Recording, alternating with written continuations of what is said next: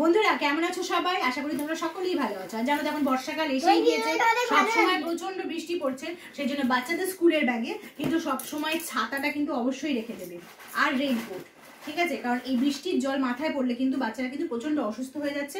এখন তো জানো প্রচন্ড ভাইরাল ফিভার হচ্ছে, জ্বর হচ্ছে, আর সবসময় বাড়ি আসার পরে খাওয়ার আগে আর পরে কিন্তু ডেটল হ্যান্ড ওয়াশ দিয়ে হ্যান্ড ওয়াশ করিয়ে দেবে, ঠিক আছে? কারণ এটাতে জীবাণু কিন্তু 99.9% কিন্তু মেরে দেয়, আর যে 1% বাকি থাকে সেটা আমরা মায়েরাই মেরে দিতে পারবো, ঠিক আছে? সবসময় হাত ধুয়ে ভালো করে তারপরে খেতে হবে।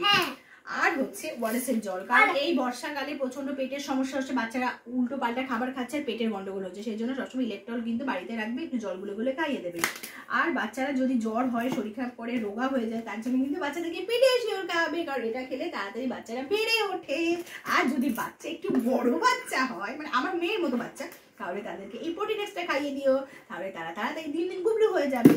আর যদি জ্বর চলে আসে তাহলে কিন্তু থার্মোমিটার দিয়ে অবশ্যই মাপবে, জ্বর না মেপে কিন্তু বাচ্চাকে মানে ওষুধ খাওয়াবে না।